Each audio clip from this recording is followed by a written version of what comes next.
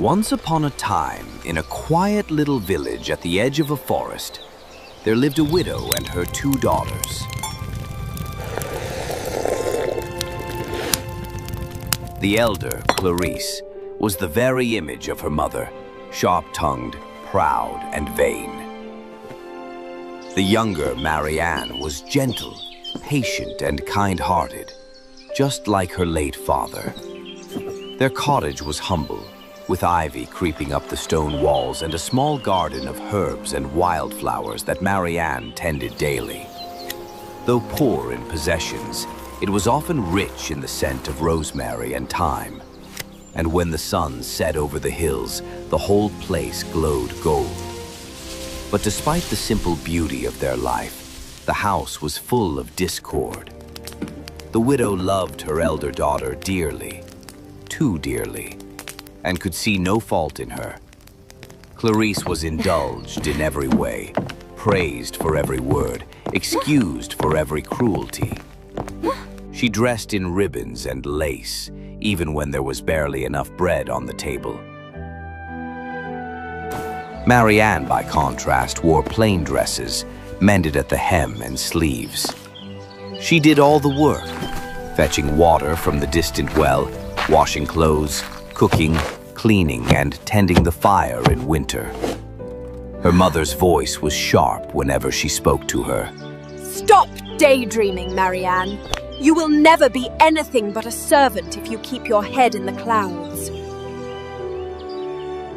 But Marianne did not answer back.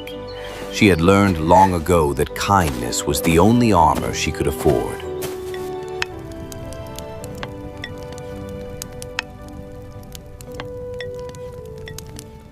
One summer afternoon, the sun was fierce upon the fields, and the air shimmered with heat. The widow realized there was no water left in the house. Marianne, go to the well at once, the one beyond the orchard. It's the freshest. Take the largest jug. Don't dawdle. It was nearly a mile away, and the path wound through dry grass and thickets of briar. But Marianne said nothing. She lifted the jug, tied a kerchief over her hair, and set off.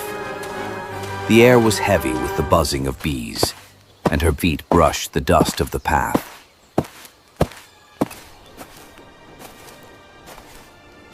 By the time she reached the old stone well, her arms were trembling with fatigue. She lowered the bucket, filled her jug carefully, and sat on the edge to rest a moment. It was then she heard a faint voice. My dear child, might I trouble you for a drink of water?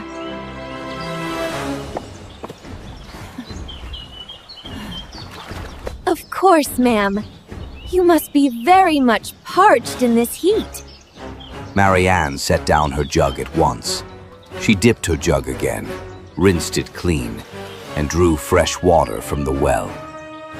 Holding it carefully, she offered it to the old woman, who drank with slow, grateful sips. You are too kind, my dear. Not many would serve a stranger so sweetly. It's nothing, ma'am. You looked thirsty, and I was here. It is not nothing, child. Few hearts are so pure that they do good without thought of reward. The old woman's eyes gleamed with something ancient and knowing. She straightened slowly, and in an instant, her form shimmered and changed. She was no longer a beggar, but a fairy, glowing faintly as moonlight. Oh, forgive me. I did not know. You have done no wrong, child. You have shown a pure heart. From this day forth, every word you speak shall be a gift to the world. Flowers and jewels shall fall from your lips, the mirror of your kindness. A gift from my heart? Yes, each time you speak, from your lips shall fall a flower or a jewel. the outward sign of your goodness within. Go now and speak with care. Before Marianne could find words to thank her, the fairy had vanished like mist in sunlight. Still trembling, Marianne lifted her jug and hurried home. When she reached the cottage, her mother and sister were waiting, impatient and cross.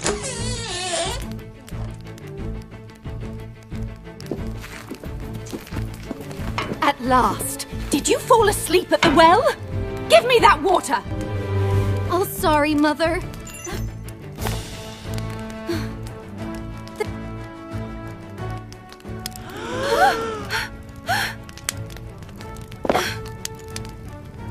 Oh my goodness.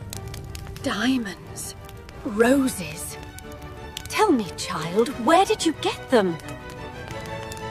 Marianne stammered, and as she spoke, more jewels, pearls, sapphires, and delicate blooms fell from her lips. The floor sparkled with them. Clarice gasped. Mother, she's bewitched. Bewitched? Nonsense. This is fortune smiling upon us. Marianne told the story as best she could, and with every gentle word, more gems tumbled down. Her mother gathered them greedily in her apron, her mind racing with the riches they promised. When Marianne finished, her mother gripped Clarice's arm. You must go to that well at once. Do exactly as your sister did, and we shall be twice as rich. Clarice was not pleased by this idea. The thought of walking a mile in the sun and fetching water like a servant made her wrinkle her nose.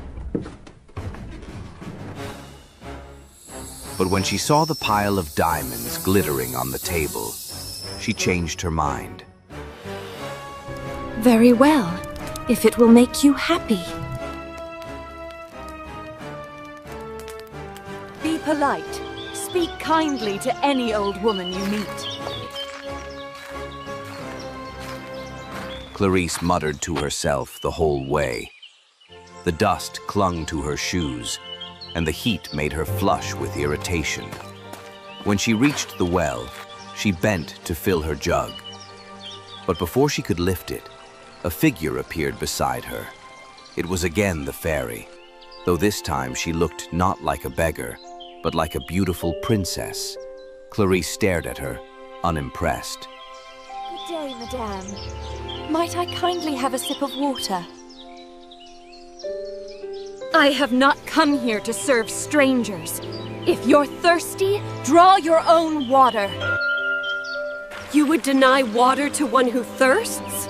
I would deny it to anyone who thinks me a servant. I came here for my own business, not yours. Then you shall be rewarded according to your heart. Clarice blinked, startled, but shrugged. What nonsense! She muttered and began the long walk home.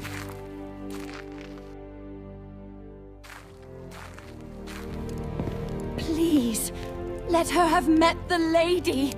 Please let her be blessed. Well, my darling, did you meet her? What did she say? Some old fool asked me for water, but I sent her away. Before she could finish, a toad leapt from her mouth and landed on the floor. Then another, and another.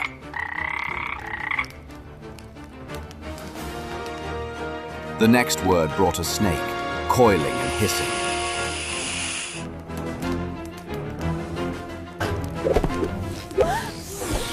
What is this? Stop it! Stop it at once! But Clarice could not. Each angry word brought another creature slithering from her lips. The room filled with croaking and hissing until the widow fled into the yard, crying out in despair. Oh, why?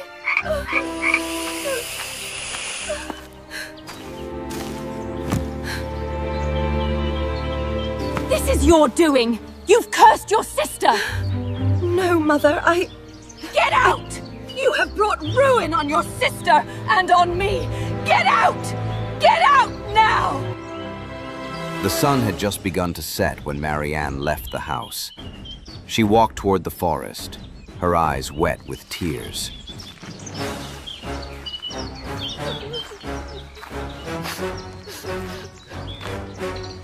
But not far along the road, a carriage approached, a fine one, drawn by white horses and bearing the king's crest upon its door. Inside sat the prince, returning from a hunt. When he saw the girl walking alone, he ordered the driver to stop. Young woman, are you in trouble? No trouble, my lord. Only sorrow. And as she spoke, pearls and lilies fell from her mouth. What miracle is this? He stepped down from the carriage and spoke with her. Her voice was soft as birdsong, and with every word she uttered, beauty itself seemed to take form around her. Petals on the breeze, jewels glinting in the light. The prince was utterly enchanted. Come with me. My father must meet the maiden whose words are jewels. Marianne hesitated, but something in his eyes, honest and gentle, made her trust him. She climbed into the carriage, and they rode to the royal palace.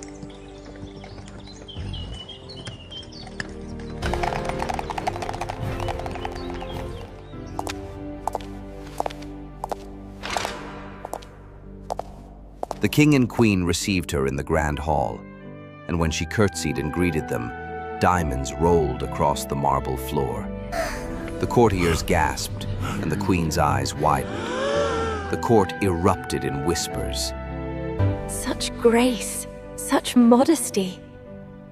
Surely heaven has blessed you. And what reward could be fitting for such virtue? If she will have me, father, let that be her reward. The king studied the girl for a long moment, then nodded. So be it.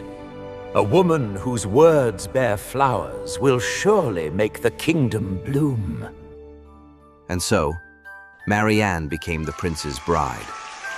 Her wedding gown shimmered like moonlight, and wherever she spoke, blossoms scattered along her path. The people loved her for her kindness, her humility, and her radiant smile. Back in the village, things grew bleak. The widow, in her bitterness, found no comfort in her riches. The jewels she had gathered seemed dull and worthless now that her kind daughter was gone. What good are riches when joy itself has fled? As for Clarice, no one dared speak to her. The creatures that leapt from her mouth drove people away in fear and disgust. Even her mother, at last, could not bear it. You've brought shame and misery on us both. Leave this house and never return. Mother, please. Why? Why must I suffer so? Clarice fled into the woods, weeping and cursing. But every curse brought more toads and snakes. She wandered, friendless and unloved, until at last she vanished from the world. Some say she still haunts the forest paths, her words croaking from the mouths of frogs by the well. As for the widow, her greed turned to madness. My treasures. My beautiful treasures. She lived alone, surrounded by the fading remnants of her stolen jewels, until one cold winter night, she was found dead beside the hearth. Years passed. Under the gentle reign of the prince and his fairy-born bride, the kingdom flourished. The poor were fed, the fields were tended, and the air of kindness seemed to ripple from the palace outward. Whenever the queen spoke, her words brought light and joy, as if the magic of her gift had spread beyond jewels and flowers to touch the hearts of all who heard her. You've changed this land, my love. Not I alone. Kindness spreads like sunlight. It warms every heart it touches. Her children grew up in the same spirit, humble, generous, and wise. And though the fairy who had blessed her was never seen again, the queen often felt her presence in the quiet moments, like a faint perfume of roses on the air. True grace and kindness cost nothing, yet they make the world rich. Beauty fades and wealth crumbles, but a gentle heart will shine forever.